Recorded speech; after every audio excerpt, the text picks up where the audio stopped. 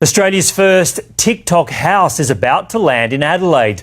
A luxury coastal mansion at Moana will be home to 6 influencers for the summer. But locals are less than excited. They're concerned it could bring more trouble to the area following years of out-of-control parties at the former holiday rental. A lifestyle every aspiring influencer dreams of, living rent-free in a luxury house, making content and building their following. Hi guys! This Moana mansion is being rebranded as Australia's first TikTok party games house, claiming to offer the wildest summer yet and endless parties.